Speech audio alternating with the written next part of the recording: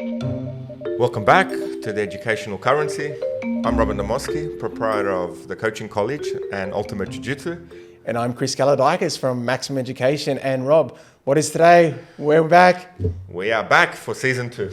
Season 2. We liked it so much, we came back for more. Absolutely. And today's topic is something I've looked into for myself especially, and now we're going to bring it out to you, sleep. Okay, and obviously sleep, we're going to be talking about in the context of students and how they should be developing good sleeping patterns as a part of their study.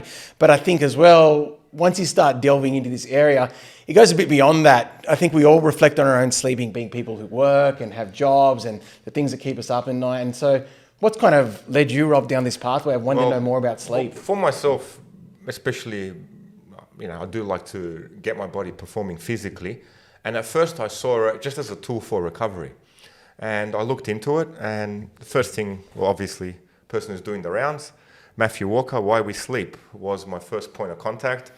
And he's a neurologist, he's done the research on it, and he's got a really, really good selling book.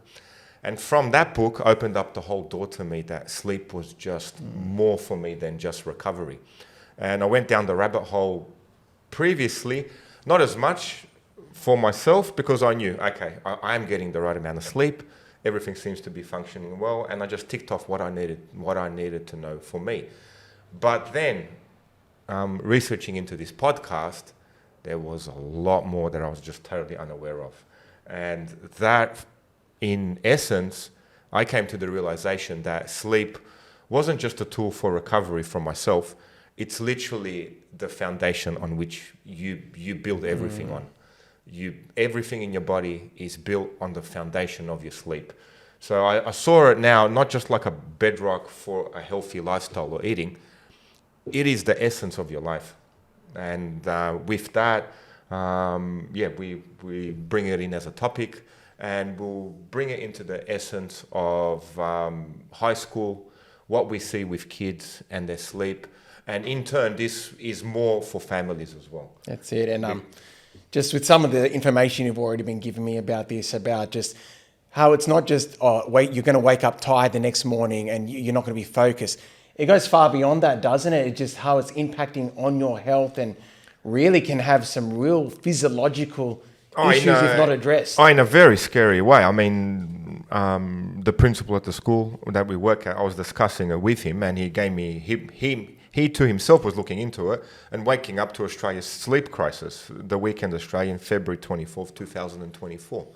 So it seems to be one of those underlying conditions that's affecting a lot of Australians. And the article reckons up to 40% of Australians are not getting enough sleep. And the ramifications that has, especially on education, will be quite alarming and are quite alarming, especially when we looked into what actually sleep does. Yeah. And I guess then, if we do bring it into the educational context, with the parents out there listening, number one question on their head, their child, how much sleep should they be getting a night? Up to 9 hours. You have to get more than 7. And that's probably as an adult. So with the child, you're probably looking at 8 plus 9 hours. And with teenagers, could be even more than that. But anything under 7 hours, you are going to find yourself in a lot of trouble. And so with that, as an adult, as the parent, say 7 plus hours. As a teenager going through puberty, etc., you're probably looking at a little bit more than that. But 7 to 9 hours is the recommended amount. And then the whole thing comes into now, what type of sleep are you getting? When are you sleeping? Are you sleeping at a regular time? These things, as the research unfolds, becomes more and more important. And I guess, you've already highlighted a point there, a routine. There does need to be a routine in place when you're going to sleep. If you go to bed at a certain time each night, it gets easier to start that sleep. But then I guess building a routine can be a challenge.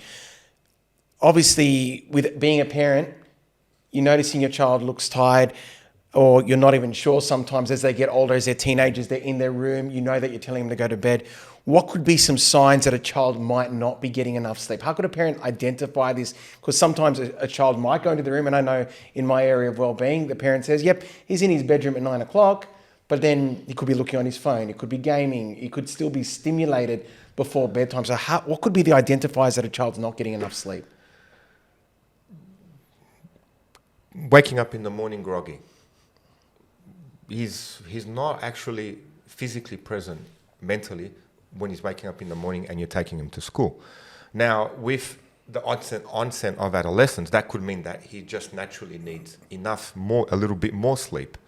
But then on the other hand, you have to ask yourself, what is he doing in his room? Is he falling asleep? Now, the research is quite profound with iPads and light. And this was very alarming, where any LED before going to bed sets your circadian rhythm back at least 3 hours. And your circadian rhythm is your natural timing on your body. It's usually 24 hours and 15 minutes. I think some scientists, back in the 20s or 30s, put themselves in a cave and measured it. Came out a month later and they went, okay, here it is. So it's just a little bit more than 24 hours. But studies have shown that, just going out at night, if you read a printed book to an iPad, this suppresses your melatonin by 50% at night. Wow. So a melatonin is the start of your sleep. So melatonin it's a starting race, and melatonin goes, okay, start, here we are, you sleep. And then adenosine is what actually builds up when you wake up. So you're actually suppressing your melatonin by 50% up to 3 hours. So, imagine that. If you're looking at your iPad or your kid is looking at the screen at 10 o'clock at night trying to fall asleep at 11, the brain's not switching off till 2 p.m. Then you've got to wake them up in the morning. And that has a very profound effect on their sleep. And sleep, if you're unaware, is broken up into, mainly, you could break it up into two stages. You've got rapid eye movement sleep or non-rapid eye movement sleep. Non-rapid eye NREM sleep is, you're lying next to your partner, their eyes aren't shifting. And rapid eye movement sleep is when you see the eyes shifting. But with sleep, what the researchers are saying, that it's not exactly profoundly one or the other. One happens predominantly more than the other. So back to looking at what your child's doing at night, well, what are they actually doing at night? If there is a computer in the room, if there is an iPad in the room, if they are taking their phone in their room, you will naturally look at it. We look at it. I stopped looking at it myself. Before, probably about a year and a half ago, before I looked into this, I liked to look on my phone, look at cars, look at properties that I can't afford. And I'm alone, mate. And all these things. And then I'd fall asleep. But little did I know the disastrous effects it was having. And I myself as well. I used to sleep 12:30 to 5:30, get up and push through. And here's the problem. Your brain doesn't know that you're sleep deprived. You will cognitively function at that level. Yeah. And you think you're okay. And this is what they are saying. So that becomes a big problem. It's like a person having a few shots of alcohol, being over the limit, and definitely is convincing that they can drive. Everything in their mannerism and their action says that they'll be fine, they can drive. But you're over the alcohol limit. And the scary part with the brain with sleep, your brain will do that. You will feel as if you are fine, because then you are cognitively functioning at a much lower level than you would be if you actually slept proper. So with all those in mind then, and you've said it, like I was hearing you say some of those things, I've got some of those bad habits myself. I'm looking at my tablet before bedtime, I'm playing my Nintendo Switch before bedtime. They're my wind downs because obviously my kids go to bed. I get about an hour free time, and it's funny, it's something you've got to actively try to challenge there in order to get back onto a good path. So I'm feeling guilty already, which is great. But in saying that, because we are focused on students in education with what you're saying, you've talked about how the impacts on driving and how could be linked to even drinking alcohol. Let's talk about the students in school. How will it affect their performance there, obviously? Disastrously. You are not mentally ready to learn. And the research is pretty much profound. They have done all the studies where they taught a group a certain activity. I think there was one where it was touching light. For example, there was a light response on the computer. You touched it when the light came up.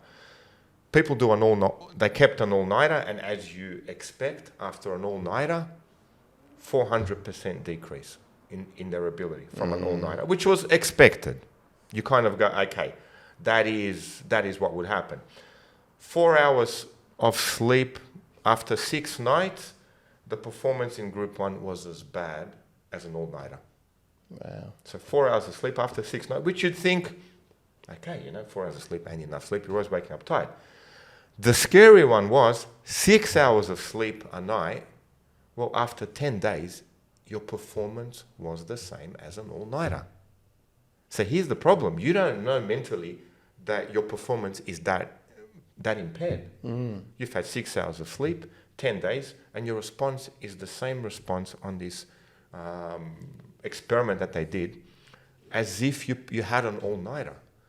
So having a student sit in front of us that's had 6 hours of sleep, well, how would they get 6 hours of sleep? Well, they're on their iPad, they're on their computer in their bedroom. Their melatonin hasn't been released 3 hours later. Then they fall asleep. Then you've got to wake them up in the morning for school. Well, they've definitely had less than 6 hours. You do this consistently across 5 days, you've shut down their chances of learning. And this becomes a very serious problem that, from looking at the studies, that schools will have to address, society will have to address, and I reckon in a short period of time we'll have to change. Yeah. And look, you're 100% right. And with the example you gave, and also one thing that always sticks out to me that I've had to deal with in schools, a big issue in school is usually school attendance. Okay, we're not across the board, but you'll get a few students in a year group, and almost in every instance, the foundation of their problem is a poor sleep pattern at home. And pretty much you're highlighting there why that's an issue. Whenever you've got a school refusal case with your child not wanting to go to school, 9 out of 10 times, sleep's probably a factor, staying up late, and then being unable to focus at school and being tired, and much rather being at home doing their own routine that is poor is a big issue. And then that's one issue of a bad routine. But then the other one, which you kind of said too, being teachers of year 12, both you and me, sometimes they get into a mentality, no, staying up late and studying late into the night before an exam is good. Okay, and that's a pattern that needs to be broken too, that we can't be up all night and, be fresh for the exam the next day. It's almost working against them, that mentality. So what do you have to say to that? These are for the kids that are putting the effort in, that really, okay, I'm putting in 100% effort in. I want to attain these ATAR marks and to go to university. You're shooting yourself in the foot in a running race. Yeah. And it gets even worse. Now, they're in year 12, they've got their license. Yeah. They go out. The studies come even more alarming with alcohol. So there was a study as well where they had 3 different control groups. All were allowed to sleep naturally the first night. Now, they all learn to a 90% level of efficiency, grammar for a new language. And they were efficient at it. Okay, great. The first control group all slept naturally, no problem. Second control group got a little drunk after the first night. Little drunk meaning 2 to 3 shots of vodka, depending on the body type.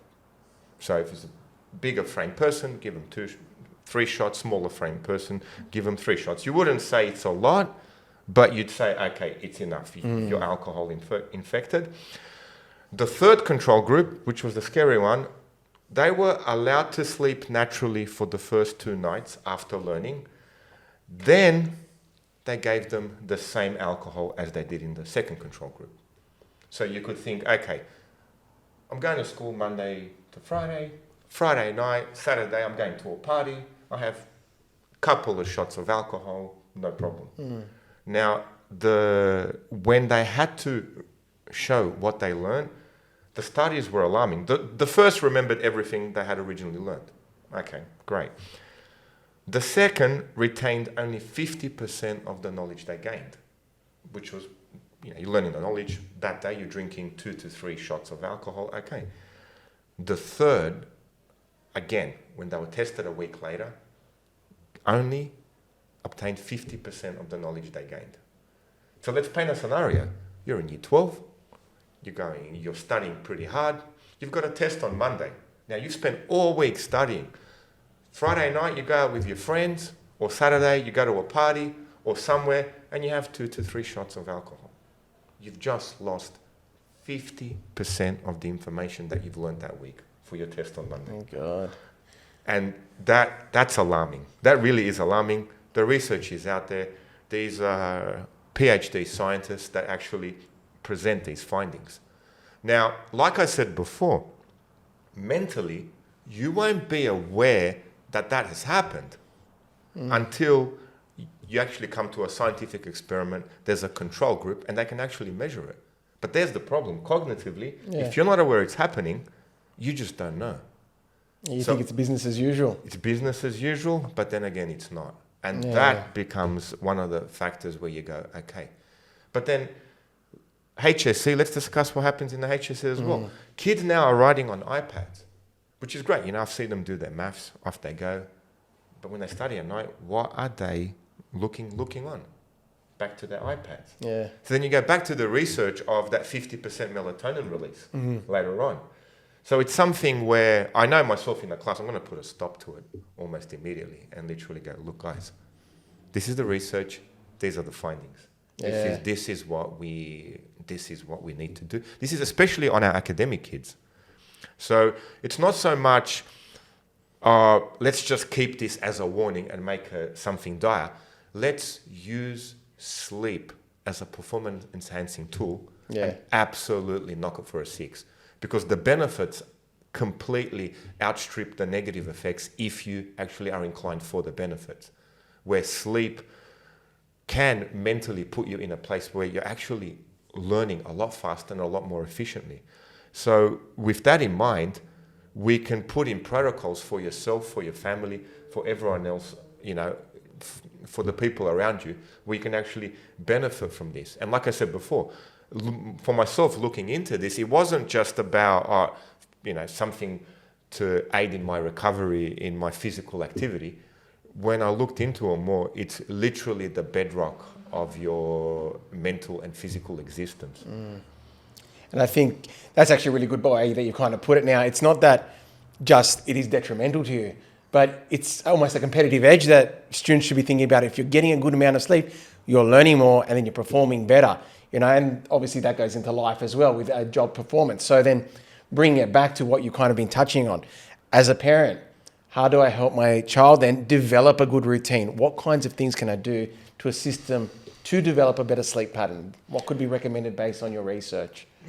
I would say have to have a regular sleeping time, regular waking up time. That is key. That is the most important thing to start off with. And nothing beats that. So make sure within that regular sleeping time, regular starting time, you do have that 8 hours of sleep in there. Second thing we said, I would personally, from the bedroom, strip away all electronic equipment to the best you can. So sometimes it's a small apartment, you could say, okay, switch the computer off, take the power off. This and this is why. And the best thing is, not to lecture the child, they are smart enough, and let them know why this happens. This is why it's happening. This is what will happen to you. And another thing, obviously, with the computer comes the video games. Now, video games can be even worse, because if you're playing video games till 12, 1 a.m., that's a blue light screen. It's exactly the same. Don't be mean to video games. I love video games. Pac-Man's the best video game ever. They've gotten a lot better in the last few decades, you know. I should look into it, but Pac-Man ruled. You did roll. But you do have a point, Rob. They can keep you up, especially if you're playing a game, and the young people these days are very engaged in the game. I'm not saying don't play your video games. Just don't do it before bed. Get up in the morning, wake up at a decent time, get some sunlight in your eyes. Sunlight's very important. So the first thing you wake up, I would get sunlight in your eyes. That sets your circadian rhythm up. Start your video game. Saturday, 12 p.m., play your video game. Knock off a good 5 hours. Video games aren't the problem. The problem is the way evolution has structured our brain for sleep. And video games, having that blue light screen, is just another device where you're staring into the blue light, which is the actual blue light is the problem. And I think from what they're saying, it's got something to do with evolution, us coming out of the sea and that blue tinge in the sea that happens to, have that effect on us. So it's got to be very, very, very careful. I can put a filter on. You're still staring into light. No matter what filter you use, you are still staring into light. So there's the problem. So as a parent, no electronic equipment in your actual kid's room. And there was books that I read that I liked on Stephen Bidolph, Raising Boys, Raising Girls, etc., Masculinity. Even he said, he's a really good psychologist from Tasmania, probably sold millions of copies on him. In his book, he gets to a point where he goes, okay, any electronic device in your bedroom, okay, remove it now from your child or do not further read the book. Mm. And that was his advice as an actual psychologist. Okay, let's say you have done that. Okay, your child, you've not taken away, you've stopped yourself and the people in your family looking at electronic devices before they go to sleep. What else? You could have a hard time falling asleep. Now, I'm not looking at if you've got a medical condition. If you're a medical condition, you need to see a medical practitioner. Of course. And they've got things in place where they can help you through that. I don't think there's so much prescribing sleeping pills now. They've got cognitive therapy that they can actually bring you out of insomnia, etc. But the rule of falling asleep is you need to cool your body down first. The room needs to be cool in order for you to stay asleep. And then as you wake up, your body heats up. Strangely, to cool your body down, you heat it up. So a nice hot shower. Say if you're having a hard time falling asleep, have a nice hot shower or bath. They say the room temperature should be 18 degrees. It's a little extreme. But if you are having a hard time falling asleep and you have the facility of an aircon, set it at, say, 19 degrees. It's better keeping it cooler than actually keep at an Australian temperature of 23, 24 degrees if you have a hard time falling asleep. And then when you wake up in the morning, get the sunlight in your eyes first thing in the morning. It's that the sunlight in your eyes is the number one factor to set your circadian rhythm up in order for you to then fall asleep. And then what happens, drug called adenosine builds up in your system, and then that allows you to fall asleep later on. And it's actually interesting because you mentioned the point about showers before to me, and I remember saying to you, Albert Huberman says in the morning I've got to have a cold shower, and you actually presented to me really well why you got to have a warm one at night and then a cold shower in the day. And what was that reason again?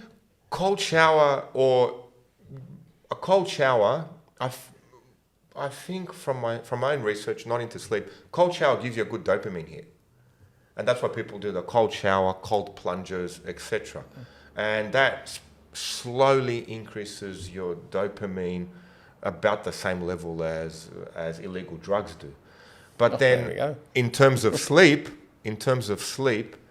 it does warm your body up. And that's why waking up in the morning, having a nice hot drink, looking at the sun, okay, it's a good start. It's a good start to your day. Yeah. So no cold showers before you go to sleep. Nice hot one that cools your body temperature down. All you have to do is cool down by 1 degree, and then you are pretty much ready to go. Oh, that's awesome. No, it's just interesting, eh? These just habits that you don't think are connected to sleep, and yet they are a major factor in developing a strong sleep routine.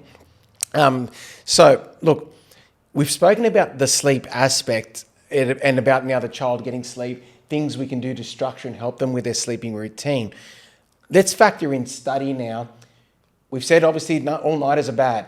So from your recommendation, also as a tutor and the heading of the college academy, when would be the best times then for a student trying to maintain a good sleep pattern to do their study, especially at a year 12 level when you're studying for the HSC? Year 12, there's 2 times we need to look at. When you're at school and when you're not at school. School holidays or that 7-8 weeks you get to prepare for your HSC. Now, when you're at school, your hours are set, the times you have to be at school. And this requires you to keep a regular time of waking up in the morning and going to bed at night. And do set that 8-hour period where, okay, you have to get those 8 hours in. So now, if you are a morning type of person, well, that would mean you would go to bed a little earlier. You could do your study in the morning. Mm-hmm. If you're a night type of person, well, you don't want to be up that late at night. You want to keep those hours to as late as possible waking up in order for you to get to school. So it's a little, there is a little bit of leeway there. So you set your sleep pattern in first and then work around that. So this is the most important thing. In order for you to be able to learn, you have to set your sleep pattern in first. So if you do like waking up in the morning, you are a morning type. If you don't like waking up in the morning, you're an evening type, and then you could have those in between. And there's an evolutionary purpose for that. So forcing someone to wake up in the morning and study wouldn't work if the person's an evening type. Or keeping someone up at night when they're a morning type.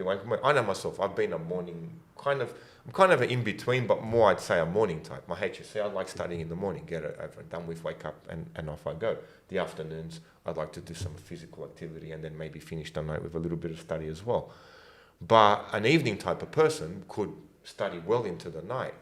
Now, if you're on holidays, ideally, depends how long your holidays are. If your holidays are for just 2 weeks, personally, try and keep the same pattern, because then you will change your circadian rhythm. Then you have to change it back again to the school times. So 2-week holiday, keep it within the same time you are waking up and going to bed with school times. You've got 8 weeks, 6, 7 weeks to go for the HSC. You are a night person, great, change your clock. But do put in those quality 8-9 hours of sleep. Once you've done that, then you'll be good to go. And you can do all those tips of having a hot shower before bed, setting the room temperature at 18 degrees if it's possible, waking up in the morning, whatever time that is for you, having that, getting the sun's light in your eyes first thing when you wake up. So you could actually put your circadian rhythm to a more natural time. But unfortunately, during the school times, there's no choice. So you're better off just biting down and actually, customizing yourself to that. No, that makes sense. Once again, linking back to making a routine that suits you and fitting it all in there. You're a mathematical guy, and we're going to bring in an X factor now. Yes. I'm going to incorporate naps into my schedule. How do naps impact? I'm hoping you're going to say good, but they can. What they're saying is depends. Now, we go back to adenosine. Now, adenosine builds up in your system. If you have a nap, you feel refreshed and you're getting quality work done. And at night, you can fall asleep fine. It's fantastic. Because nap will clear the adenosine out of your system, make you more alert. But then if you've cleared so much adenosine out of your system that you're having a hard time falling asleep at night, the time you're allocating, I wouldn't recommend a nap. So it just depends on how you're getting the 8 hours of sleep. Now, here's another thing. Well, what's your caffeine intake like? That can affect you having a nap. Because caffeine, there's no stimulation in caffeine. Caffeine just blocks the adenosine receptor sites. That's it. So as you wake up in the morning, hopefully you've cleared all the adenosine out. Wow. Now, if you're having a coffee in the morning and after your coffee you're feeling sleepy, well, how's your sleep that could be a measure of your sleep of the last 8 hours or so. Now, caffeine has a half-life, depending genetically, say 7 to 5 hours. And caffeine, there are positive elements to caffeine. It's high antioxidant, etc. I'd like about 4 shots before 11 o'clock. Oh, that's a lot of caffeine. I do 2 shots, say, I usually get up at about 5:30, 5:45. Yeah. Do some sort of training at 6:30. Then I have my first shot of coffee. So I'm actually up an hour and a half before I have my first shot of coffee. So that hour and a half would clear any adenosine in my blood. And then I have my first shot of coffee, maybe a double shot, always do a double shot. Oh my God. Double shot of oat latte. You are a busy man. And then I'd get to school, Yeah. and probably by about 10 o'clock, maybe do another double shot of ice long black sort of thing. And that sort of, okay, I kind of really do enjoy it. Keeps me really alert, and I do enjoy the taste. Yeah. Do you have a cut off for when your last coffee should be for the day to support your I sleep? would, depends how your body disposes of caffeine, but say caffeine has a half-life of, say 5 hours, 6 hours. You've had 2 shots of coffee at 12 o'clock. By 5 o'clock, that's 1 shot of coffee. Yeah. By 10 o'clock, you're going to bed, half a shot of coffee. Now, are you able to get to sleep? There's the problem. Yeah. So let's say if you're having a hard time falling asleep, well, push your coffee back. Halve your coffee, push the time back that you're having it. See what happens.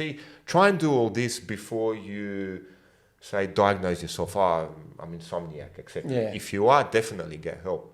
But these things you can actually try and see. Yeah, they're things you can control. Okay. And that's another problem that I've seen with HSC students or seniors in particular. They're getting started with it, aren't they? But they don't fully No, understand it. they've sat in front of me here with a V, and I went. Previously, I was okay, great, keeps them alert. I'm sure they're young, they'll fall asleep. Now I know better.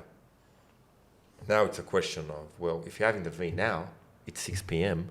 and these are pretty, not just any energy drink. These are pretty solid cans. Yeah, with they're a lot of big volume. cans. Okay, you're alert now, but how much are you going to really remember tomorrow? How much sleep will you get within that 8-hour period?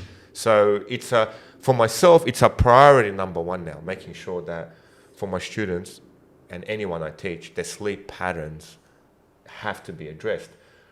For my year 10 class, it was the last thing I did before the start of term 1 break.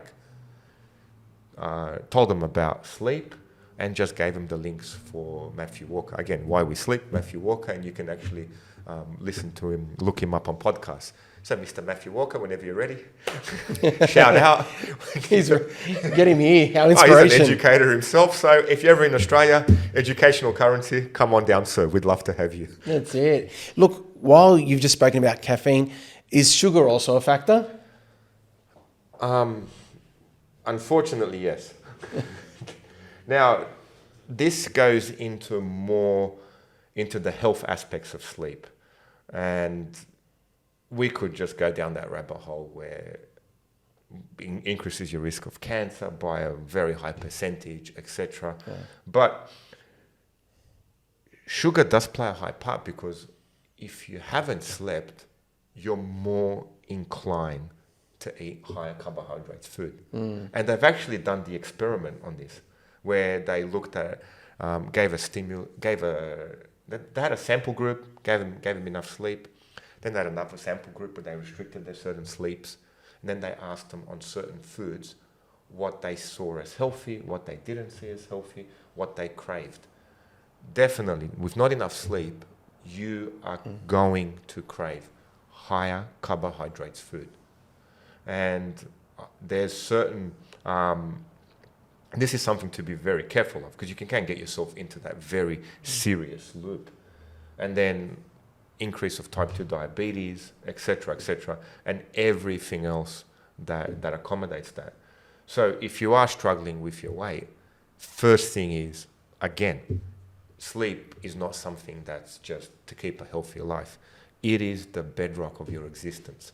Yeah. So it would be, again, get on top of your sleep, then you will see the benefit of any diet, of any exercise. With anything, even not just people who, let's say if you don't get enough sleep where you get high carbohydrate foods, force yourself, eat healthy. You don't get enough sleep, there is no benefit. Yeah. That's the thing. And look, the final point I'd like to ask about too, in just learning about this, and once again, linking back to the students that I work with at school, the relationship between anxiety and sleep. Because I've kind of seen sometimes the poor sleep factor increases the anxiety.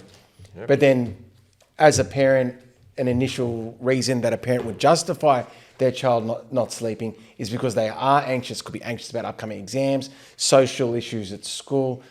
what would you recommend in those instances that I'm a parent, I can see my child is anxious and that's impacting their sleep? And then how do we work with them through this? What would be that as our final point here today? Well, anxiety, first of all, okay, is it serious enough to warrant a medical condition? You got to first look into that. Yeah. Because it's one of the things where, as teachers, we are not qualified to deal with that. No. Now, as much as we'd like to, we would ascertain, we'd do anything to help the child. Again, as soon as it gets to that medical condition, we just don't have the knowledge, and hence this is why you need a professional medical doctor to actually deal with that. No, that's a great first point. No.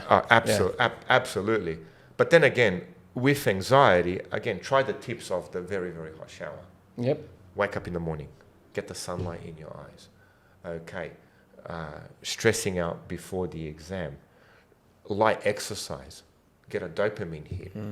Bring the dopamine in with a nice light walk. Come back, clear your head. Okay. And then put in all the other tips and tricks that you can to stimulate the body in for some sleep. But like I said before, it's one of the things that there's no way out of it. You have to get on top of it. And when you do get on top of it, then you can have the carrot with the sleep, where you actually have all the benefit of it. From mental cognition. Imagine I could give you a pill now, and all of a sudden you are 50% smarter. It's pretty crazy. Yeah. It's pretty awesome. Yeah, so on a more positive note, I'm not telling you don't sleep. I'm telling you I can give you something that'll make you 50% smarter. You'll retain your information 600% quicker, and you will be 10 times healthier. Like, how good is that? Yeah. Like, and it's free. Yeah. No, you've said it great. Like I said, we, especially when you're working with teenagers and you're parents of teenagers, you say it's a part of a routine, they'll rebel. But you say it's going to give them an advantage, it'll make them stronger and healthier and allow them to perform at optimum level. That's probably a great piece of advice for any parent out there. And look, Rob, I also want to thank you too. Like, this information, everything you're saying, it's not just relevant to our students or in the realm of education. It's relevant to all of us. And if we want to be healthy people and live long... Yeah, I would as a parent, get your sleep pattern down first. So mum and dad. We're the role models. Absolutely. So even having that 1 or 2 alcoholic drinks before sleep. Alcohol doesn't give you a good night's sleep. It's one of the things that they've done enough research on it to realize that it actually shuts down your REM sleep, and that can be a serious problem. So, and they've done it with alcoholics. First thing, when alcoholics recover, they hallucinate. Oh yeah. Well, that's your REM sleep. Your rapid eye movement sleep is your dreams, and that can be a serious thing. So even that 1 or 2 drinks just to relax you, you think you're relaxed, and you are, but you are not getting the sleep that you would think you are getting, because you can tell, because after you've had a few drinks, you do go to sleep a little quicker, but you do not wake up refreshed. And that's the key. And with alcohol, you are actually waking up at night, but not realizing. That's what alcohol does. Even those 1 or 2 shots. And that can be detrimental to our health as parents. With kids, we saw the effects of alcohol on learning. Yeah. It's just one of those things. I know myself, I do like to socialize.